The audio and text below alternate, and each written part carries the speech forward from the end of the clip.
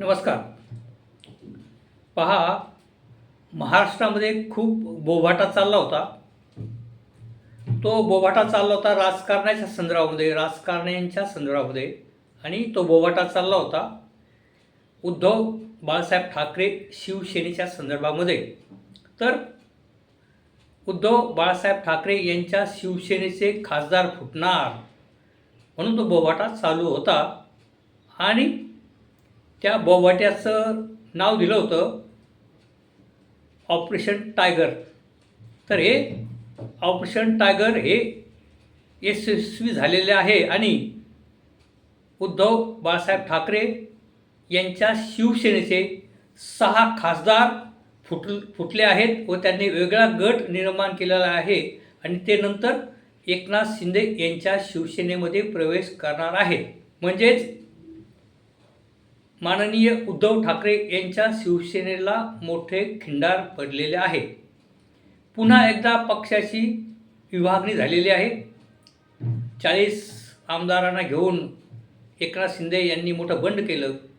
शिवसेनेला मोठं खिंडार पडलं त्यावेळेला आणि आता 6 खासदार बाकी उद्धव ठाकरे यांना सोडून एकनाथ शिंदे यांच्याकडे जात आहे. तर या 6 खासदारांच्यामुळे आणि पहिले त्यांच्याकडे 8 खासदार आणि हे 6 खासदार असे जे 14 खासदार झालेले आहेत यांच्या बळावर एकनाथ शिंदे यांचे दिल्लीमध्ये वजन वाढणार आहे. त्याचप्रमाणे महाराष्ट्राच्या राजकारणात देखील एकनाथ शिंदे यांचे वजन वाढणार आहे. तर आता प्रश्न निर्माण असा झाला आहे की हे खासदार जे 2024च्या लोकसभेच्या निवडणुकीमध्ये उद्धव ठाकरे यांची शिवसेना की ज्यांची निशाणी होती मशाल, या मशाल चिन्ह घेऊन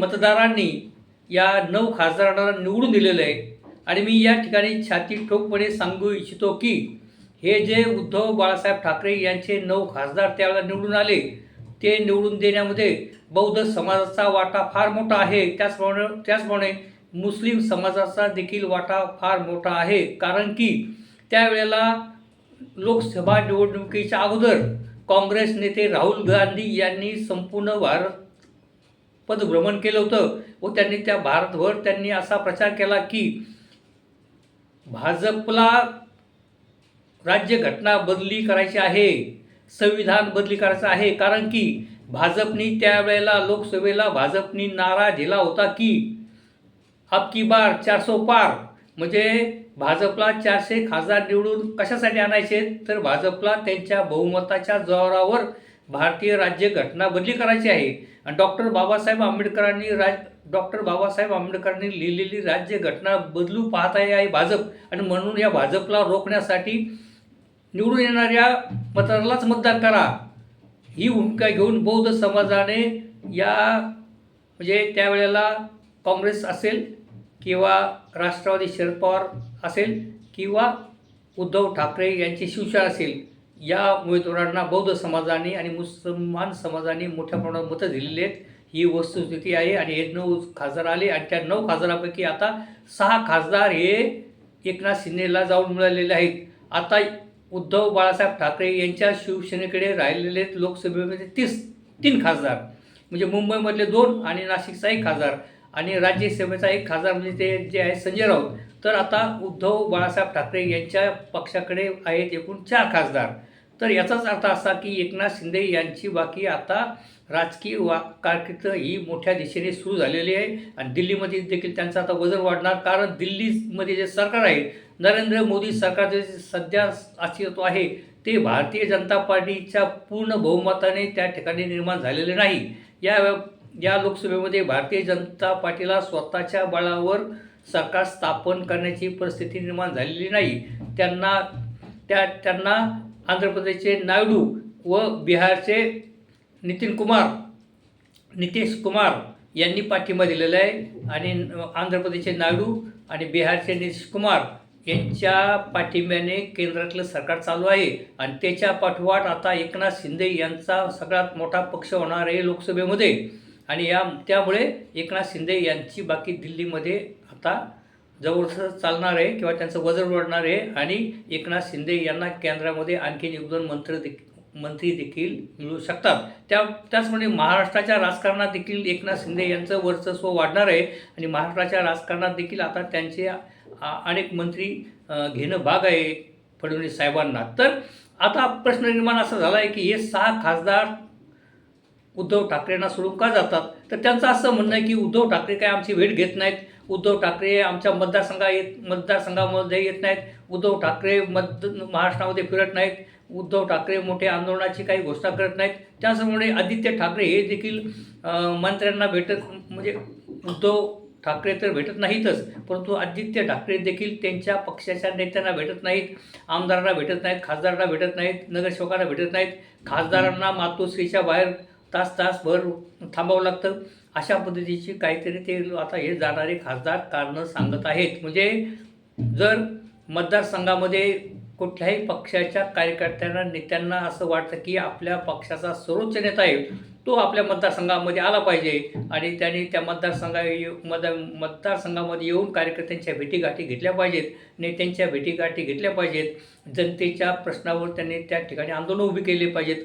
परंतु या ठिकाणी आपल्याला असं दिसतं की उद्धव ठाकरे असतील किंवा आदित्य ठाकरे असतील हे महाराष्ट्रामध्ये फिरताना दिसत नाहीत आणि कार्यकर्त्यांना देखील भेटताना दिसत नाहीत, आमदार खासदारांना देखील जास्त त्यांच्याशी चर्चा करत नाहीत. अशा पद्धतीची कारणं हे जाणारे खासदार सांगत आहेत. याउलट एकनाथ शिंदे हे बाकी संपूर्ण महाराष्ट्रामध्ये फिरत आहेत.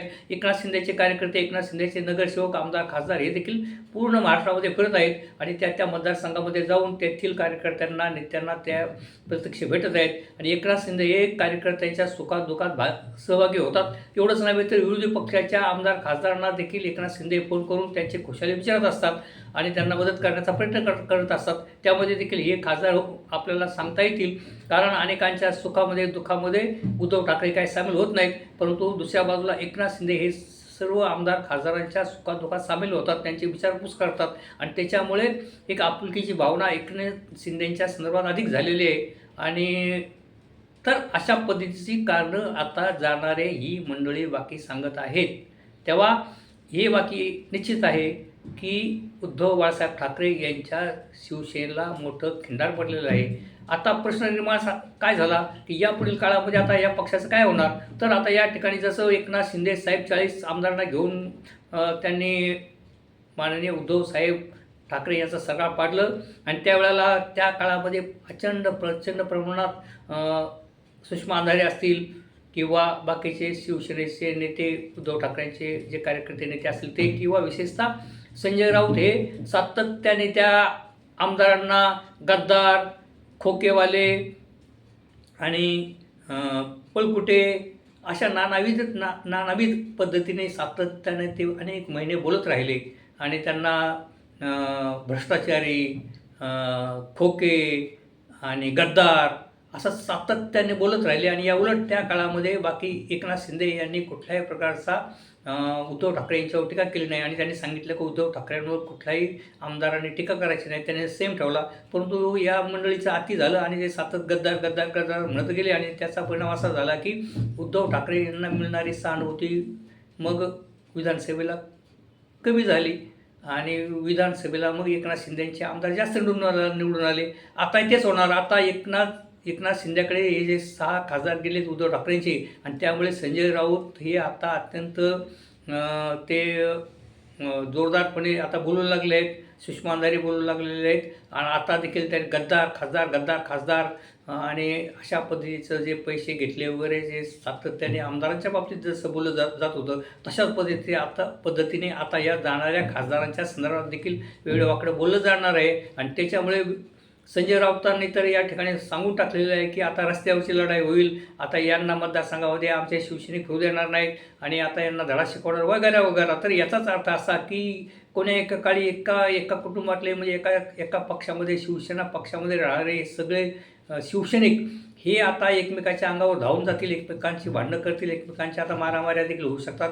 अशी परिस्थिती निर्माण झाली आहे, होण्याची शक्यता आहे. कारण संजय राऊतांचे तसे बोल आहेत. आणि म्हणून संजय राऊतांनी जसं म्हटलं आहे की आता ते फार चिडचिडपणा त्यांनी आलेला आहे, साहजिकच आहे.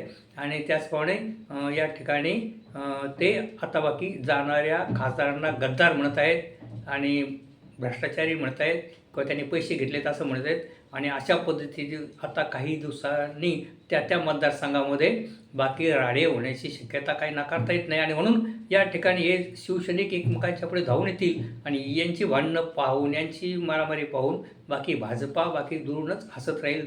दुरूनच बाकी भारतीय जनता पार्टीचे कार्यकर्ते, नेते बाकी या शिवसैनिकांची ज्यावेळेला राडा होईल, शिवसैनिकांचा ज्यावेळेला राडा होईल त्यावेळेला भारतीय जनता पार्टीवाले दुरूनच त्यांची मजा पाहतील व गालातल्या गालात हसतील. ही परिस्थिती निर्माण झाली. परंतु या एकनाथ शिंदे यांना जाऊन मिळालेल्या खासदारांमुळे एकनाथ शिंदेंचं वजन बाकी राजकारणामध्ये वाढलेलं आहे. आणि यापुढील काळामध्ये बाकी उद्धव ठाकरे यांच्या पक्षाची परिस्थिती आता फारशी चांगली नाही. उद्धव ठाकरे साहेबांच्या शिवसेनेची परिस्थिती सुधारण्यासाठी स्वतः उद्धव ठाकरे यांनीच संपूर्ण महाराष्ट्राचा दौरा केला पाहिजे. आदित्य ठाकरे यांनी देखील महाराष्ट्राचा दौरा केला पाहिजे. आणि ज्या ठिकाणी त्यांच्या पक्षाचे कार्यकर्ते आहेत, ज्या ठिकाणी त्यांच्या पक्षाचे पदाधिकारी आहेत, नगरसेवक असतील, खासदार असतील, आमदार असतील, त्या मतदारसंघामध्ये जाऊन तेथील कार्यकर्त्यांना भेटणे व त्यांना धीर देणे, त्यांना काही गोष्टी समजावून सांगणे व पुकारणे, शासनाच्या विरोधामध्ये आंदोलन पुकारणे. आणि अशा जर सातत्याने कार्यक्रम शिवसैनिकांना दिले व महाराष्ट्रभर फिरून जर लोकांच्यामध्ये ही वडील आणि मुलगा जर फिरले तरच उद्धव बाळासाहेब ठाकरे ही शिवसेना पुन्हा एकदा भरारी घेऊ शकते.